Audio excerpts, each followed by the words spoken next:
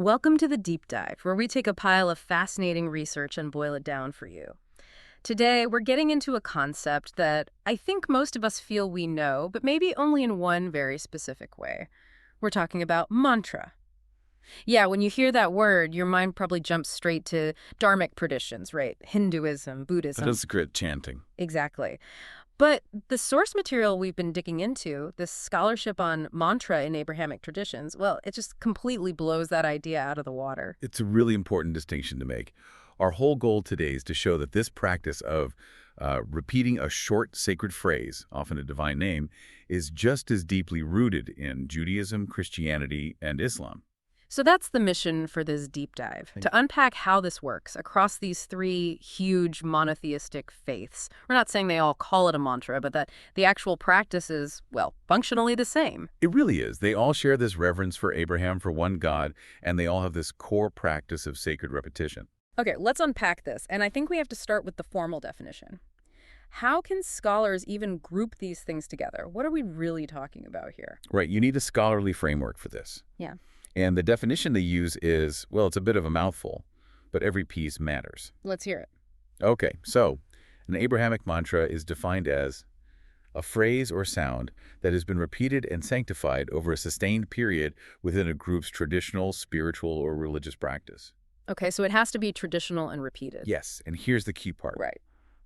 For the purpose of invoking divinity or progressively aligning a person's life with the highest reality as understood by the tradition. Invoking or aligning, so it's not just words. Never just words, and you'll see other terms for it in the research, like divine name, holy name, or prayer phrase. That focus on the name itself feels so important. I mean, why is the name considered so powerful?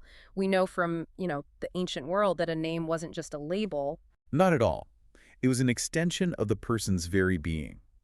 And the sources are clear that in the Hebrew scriptures, God's name was seen as an extension of God's essence. So the power is literally in the name. Exactly. One source puts it perfectly, saying, the power and glory of God are present and active in his name. So when you repeat it, you're trying to tap into that presence. Precisely. And that's the big goal, to transform your own consciousness. The idea is, if you're constantly repeating names that celebrate mercy or greatness or love, some of that is bound to rub off on you. That's the hope. The sources say that continual repetition will gradually align those reciting the names with the divine features they are celebrating. Yeah. You literally become what you're constantly remembering. That is a powerful idea. Okay, so let's get specific. Let's move from the theory to the actual words. What are some of these phrases in each tradition? This is where you really see the unique theology of each faith come through in the words they choose. Let's start with Judaism. Okay, so in Jewish practice, there's this incredible reverence for the divine name, the tetragrammaton, YHWH. It's so holy, it's generally not spoken aloud. Right, so they have to use other phrases. Exactly. They use epithets, descriptions of God. Two really important ones from the sources are Rabbono Shel Olam, which means master of the universe. Yeah, a very personal invocation. Very. And then you have the phrase that starts so many blessings, Baruch Ata Adonai, blessed are you, Lord. And is there a specific name for this kind of practice? There is. The term that comes up is drushin. It kind of means driving out. The idea is you're driving out all the distracting thoughts to focus only on God. Okay, so moving to Christianity, the focus shifts, right? It shifts completely because now you have the incarnation, the person of Jesus. And the most famous example, of course, is the Jesus prayer. Lord Jesus Christ, Son of God, have mercy on me. That's the one. It is the absolute bedrock of Eastern Orthodox spirituality. It's all about Christ. And there's also that really short Aramaic one, Maranatha. Yeah, come, Lord. It's one of the oldest Christian prayers we know of. And scholars tend to group these practices under the term monologistic prayer. Meaning a one-phrase prayer. Just a single phrase, repeated. And then finally, Islam. In Islam, the practice is central. It's called dhikr, or zikr, which means remembrance. And the core name is Allah. Yes, repeating Allah is a core practice, but it also includes powerful phrases like the takbir, Allahu Akbar, God is great. Or, and this is really fascinating, repeating any of the 99 beautiful names of God. So you have this huge palette of divine attributes to focus on. An entire palette. And when it's done in a group, especially in Sufism, it's often called dhikra Allah. It's amazing how similar the function is, even when the theology is different, and the sources even point out similarities in the physical tools people use. Oh yeah, the beads. It's a remarkable parallel. In Christianity, you have rosaries. In Islam, you have the sufalatag. They used to keep track of their repetitions. A practical tool for spiritual practice. It is. The sources note you don't see it as much in Judaism, but its presence in both Christianity and Islam points to this common human need to, keep count and stay focused. This is a perfect lead-in to the two main ways these names are actually used. It's Yeah. not just what you say, but how you say it. Yeah. Structured versus portable. Right, the formal versus the informal. Structured practice is what you might picture first. It's a dedicated time you set aside. Like formal meditation. Exactly. You're sitting, maybe with your eyes closed, and just silently repeating the phrase for a sustained period. And we have some really deep historical examples of this, right? We do. In Eastern Orthodox Christianity, the classic example is hesychasm. It's this deep contemplative tradition centered on the Jesus prayer. They even sync the prayer with their breathing. Wow. And you see it elsewhere. The sources mention Jewish teachers advising people to repeat a phrase over and over again as you sit.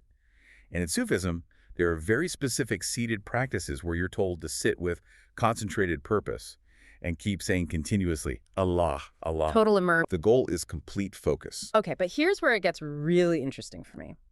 Because the goal wasn't always just to sit in a room. It was about taking this practice out into the world. The whole idea of praying without ceasing. This is the portable practice. And it's an incredibly powerful concept. It's about repeating the name throughout your day, no matter what you're doing. Turning your whole life into a prayer. That's the idea. And it's very old. We're talking 4th century with St. John Cassian. He told people to take a line from a psalm and just have it turning over and over in their heart. In whatever task or service or journey you find yourself, as you sleep, as you eat. So it becomes the background noise of your mind, replacing all the chatter. That's it exactly. And this is seen as the way to fulfill that famous biblical command to pray without ceasing. It's what modern health researchers now call portable repetition. Which connects directly to Islamic dhikr. Absolutely. While there are formal group practices, the personal practice of dhikr is famously portable. It's allowed in any place and at any time. The goal is to saturate your entire life with the remembrance of God. Okay, so we've got the what and the how. But that brings up a really crucial question about, I guess, the quality of the practice. Does it work if you're just, saying the words automatically? The mechanical repetition question. It's a core paradox. Yeah, am I praying or am I just making noise with my mouth? And the spiritual teachers across all three traditions warn against this. They stress that you need intention. There's a great quote from St. Gregory of Sinai who said, "A purely mechanical repetition will by itself achieve nothing." He said it has to be done with ardent longing. So the heart has to be in it. That makes sense. It does, but... There's a twist. I was just thinking about that text, The Way of a Pilgrim. Exactly. That book offers this incredible counterintuitive insight. It basically says, just start. Even if your heart isn't in it at first, the act of repetition itself can change you. It's a profound psychological observation. The text says that what begins as a frequent service of the lips imperceptibly becomes a genuine appeal of the heart. So the action can actually generate the feeling. It's like the practice itself digs a channel for the devotion to flow into. The repetition, even if it feels mechanical at first, eventually sinks in and brings light and nourishment. It's like using training wheels for real devotion. And this connects to the idea of relationship, right? It's not just a technique. It's all about relationship. The Sufi tradition is very explicit about this. They see dhikr as a way of expressing and building your love for God. How so? Well, one source puts it this way.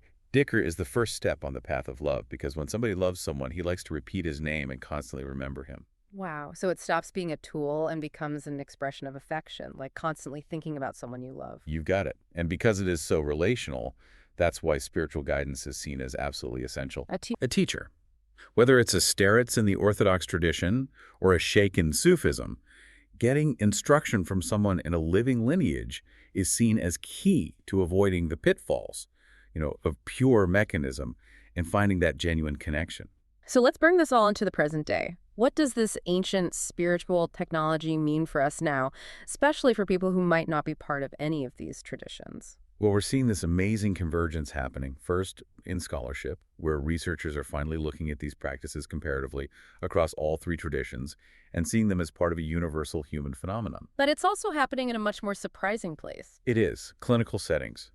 Abrahamic divine names are now being used in empirical health studies, even in randomized controlled trials. Which is kind of the gold standard for proving something works. And the sources detail these studies where participants are taught portable repetition of a divine name or a mantra. And they can choose one from any major religion. So you could have someone in a clinical trial using the Jesus prayer or Rabbono Shel Olam or Allah as a tool. As a cognitive tool, not for theology, but for mindfulness, for stress reduction, for focusing attention. It's a wild example of an ancient spiritual practice becoming a modern, secularly validated mental health strategy. It's just proof that this is a truly universal human practice. It really is. It's not exclusive to one culture. It's this deeply similar practice across Judaism, Christianity, and Islam that serves both structured devotion and, a really powerful all-day mindfulness technique. So the big takeaway for you listening to this is that the goal of all this repetition, whether you're sitting formally like a hesychast or repeating it all day like a Sufi, is always the same. It's alignment and invocation. Yeah. You're trying to align yourself with the divine and invoke that presence in your life. The practice itself is so simple, just a short phrase. But the claimed results are profound. A transformed consciousness, a real connection. And that leaves us with a final thought for you to chew on. We talked about that paradox, right? That you're warned against mechanical repetition, but sometimes that's how you have to start. So the question is, what is that subtle internal click that happens when a practice shifts from being just a useful psychological tool, something to calm your brain, to a profound spiritual technology that actually transforms your heart? And how does the choice of the name itself play into that? The profound reverence in Judaism that leads to using an epithet like Master of the Universe, how does that functionally differ from the direct personal invocation of the Jesus prayer in creating that change? That's where the deep dive continues for all of us.